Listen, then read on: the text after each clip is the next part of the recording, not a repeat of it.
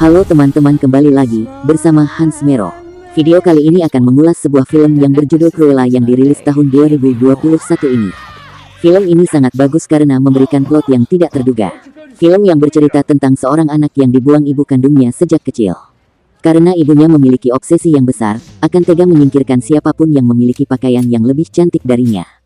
Cruella dan ibu kandungnya akan menjadi musuh besarnya karena ibunya memiliki jiwa iblis. Bagaimana ceritanya? Langsung saja. Tapi jangan lupa dukung channel ini dengan mengklik tombol subscribe dan aktifkan tombol lonceng agar tidak ketinggalan video selanjutnya. Karena akan ada video setiap hari Senin, Rabu dan Jumat pukul 16 waktu Indonesia Barat. Serta like, komen dan share ke seluruh media sosial yang kalian punya.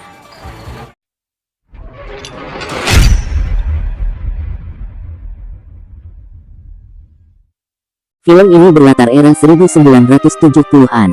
Ini adalah karya desainer yang sangat luar biasa. Dengan membakar bisa berubah menjadi gaun yang sangat menawan.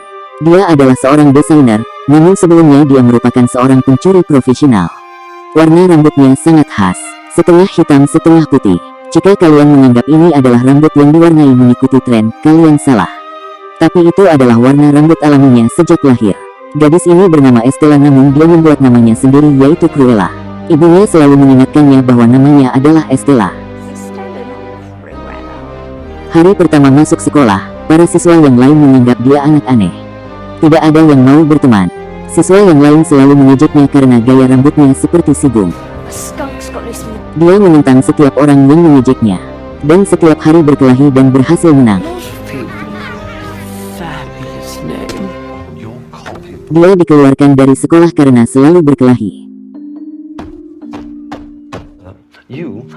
Ibunya memutuskan membawanya ke London. Di tengah perjalanan ibunya membawanya untuk menemui temannya, yang ternyata sedang menyelenggarakan pesta yang sangat mewah.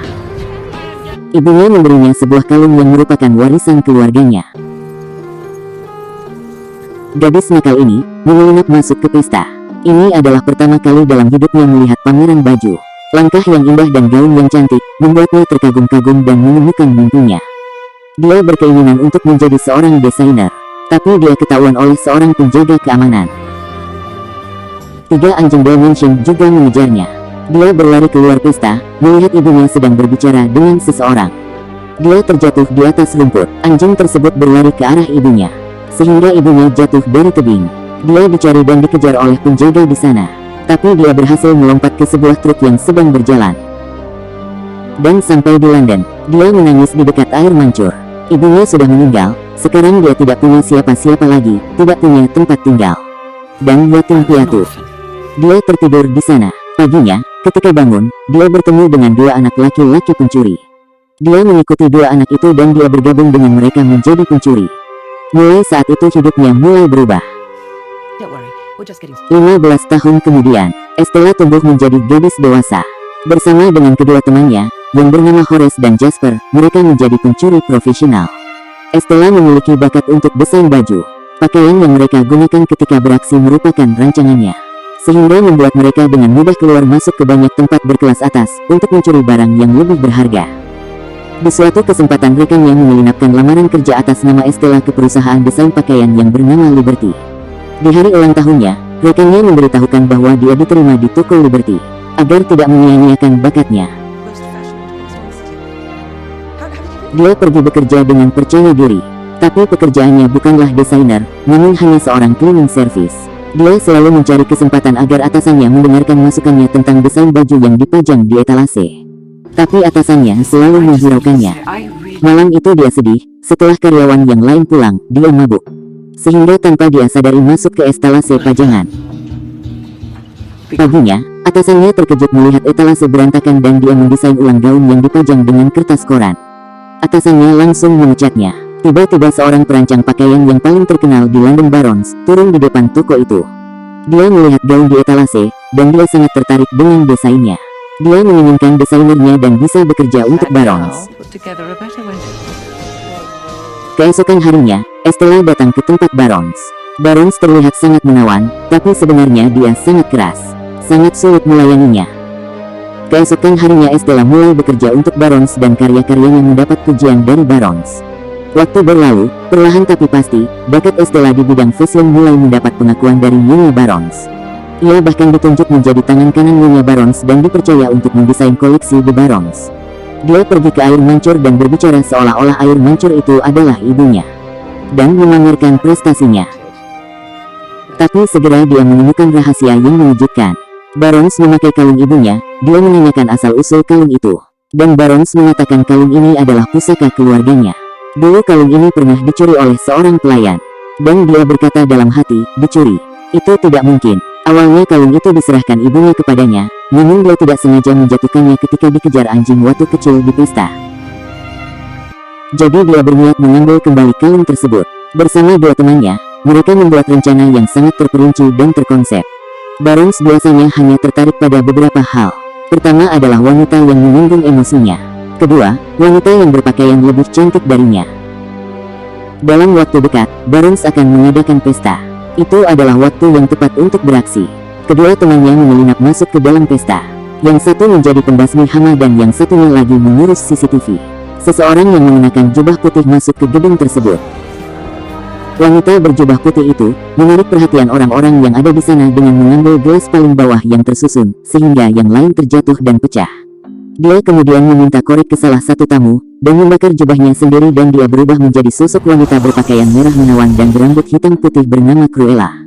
Cruella merupakan tamu tak diundang yang membuat seorang penjaga ingin menangkapnya, namun Cruella berhasil mengambil kunci dan memberikannya kepada rekannya yang di atas. Namun, saat Horace membuka brankasnya, ternyata kalung tersebut tidak ada, dan sedang dikenakan oleh Barons. Rencana pun gagal. Horace ketahuan, dan untuk menyelamatkan temannya Jasper menyamar sebagai pramusaji dan menaruh tikus di makanan. Ketika Barons membuka, tikus melompat ke arahnya. Cruella dengan sigap menarik kalung tersebut dan melemparnya ke anjingnya. Barons sadar, kalungnya hilang dan dia dengan sigap meniup peluit dan segera tiga anjingnya segera menyerang. Tiba-tiba Cruella teringat akan satu hal. Dia pernah mendengar suara ini sebelumnya. Barons yang memerintahkan anjingnya untuk membunuh ibunya.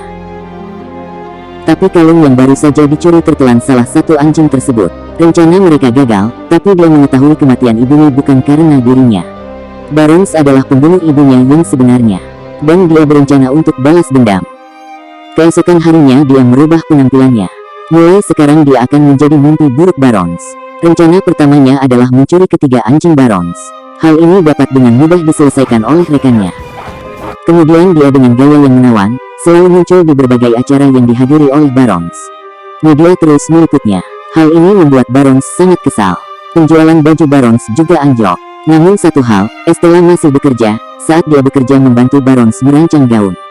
Dengan hati-hati dia menjahit permata dekoratif untuk gaun tersebut. Semua terpukau dengan hasil karya Estella. Malamnya, semua hasil karya disimpan dalam brankas besar, karena adanya teror dari pihak luar. Hari pameran pun tiba. Ruang penyimpanan tidak bisa dibuka, terpaksa harus dibobol. Ketika terbuka, tiba-tiba keluar serangga yang sangat banyak, yang mengakibatkan tamu pameran bubar. Mengapa ini bisa terjadi? Ternyata permata yang dia jahit di gaun sebenarnya adalah telur serangga. Saat Cruella bernyanyi untuk kemenangannya, dia menemukan Barons sudah lebih awal berada di tempat mereka tinggal. Kedua temannya diikat, dan Barons akan membunuhnya. Rekannya yang lain dibawa pergi untuk dipenjarakan. Dan dia akan dibakar hidup-hidup di tengah kobaran api. Kesadarannya mengurung di tengah panasnya api. Samar-samar dia melihat satu sosok. Cruella adalah rival Barons, bintang yang bersinar di dunia fashion London, meninggal dalam sebuah kebakaran besar. Tapi ada kenyataan yang tak terduga oleh semua orang. Ketika Cruella terbangun, dia menyadari dirinya belum mati. Tapi dia diselamatkan oleh pengawal Barons, dan dia juga memberinya kalung itu, dan menceritakan rahasia yang lebih besar. Ada kunci dalam kalung ini. Bisa membuka sebuah kotak kecil, yang berisi akte kelahiran dan akte itu tertulis namanya dan ibunya adalah Barons. Dulu ketika Barons hamil, suaminya sangat senang dan menghadiahinya kalung. Pada hari dia melahirkan, dia menyuruh anak buahnya untuk membuang anak itu. Tapi anak buahnya merasa ini sangat kejam. Dia memberikan bayi itu ke seorang pelayan. Pelayan itu adalah ibu angkat Cruella.